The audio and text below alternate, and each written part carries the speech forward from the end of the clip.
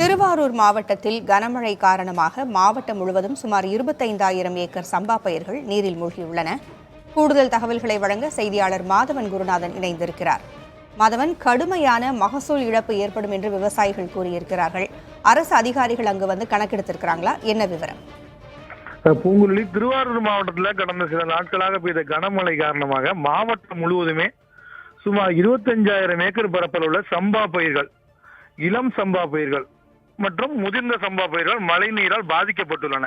அதுல கிட்டத்தட்ட ஒரு 3000 ஏக்கருக்கு மேல இளம் சம்பா பயிர்கள் மழை நீர் சூழ்ந்து சில இடங்கள்ல மூழ்கி கிடக்கின்றன.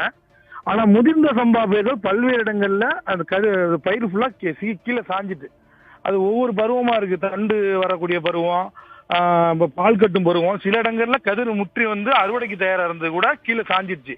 இப்ப கீழே சாஞ்சதுனால என்னன்னா, உங்களுக்கு 10 கதிரு கீழே சாஞ்சிட்டுனா 6 கதிரு கீழே இருக்கும், மேல 4 கதிரு தான் இருக்கும். அந்த 4 கதிரை விவசாயி அறுவடை பண்ணி அது அறுவடை பண்ணா உங்களுக்கு மகசூல் இழப்பு 100க்கு 10 மூட்டை விளையிற இடத்துல 5 மூட்டை 4 மூட்டை தான் விளையும். கண்டிப்பா அதனால மகசூல் இழப்பு கண்டிப்பா ஏற்படக்கூடிய சூழ்நிலை இருக்கு.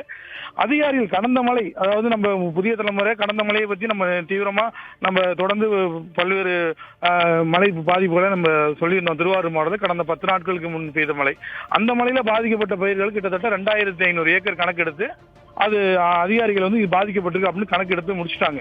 இப்ப பெஞ்ச மழையில இந்த சூழல் கிட்டத்தட்ட 25,000 ஏக்கருக்கு மேல இளம் சம்பா பயிர்களும் முதிர்ந்த சம்பா பயிர்களும் கடுமையாக பாதிக்கப்பட்டுள்ளது. அதிகாரிகள் தொடர்ந்து கணக்கெடுத்துட்டு தான் வர்றாங்க. இப்ப நேற்று வெயில் அடிச்சது, நேற்று மழை இல்லை, இன்னைக்கும் காலையில இருந்து வெயில் அடிக்க ஆரம்பிச்சிருக்கு.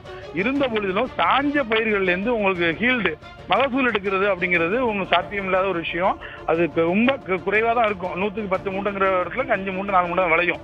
அந்த விவசாயிகள் நாங்க பயிர் காப்பீடும் பண்ணியிருக்கிறோம், பேரிடர் நிதி எங்களுக்கு கொடுக்கணும், பயிர் காப்பீடுக்கு உரிய பயிர் காப்பீடு இழப்பீடு தொகையும் கிடைக்கணும். ஏன்னா ஒரே இதா சாயல ஒரு ஏக்கருக்குன்னா ஒரு ஏக்கர் உள்ள இடத்துல ஒரு 50 குழி சாஞ்சிருக்கும். அதுபோல மொத்தம் 3,75,000 ஏக்கர் பரப்பளவுல திருவாரூர் மாவட்டத்தில் சம்பா சாகுபடி பண்ணாங்க.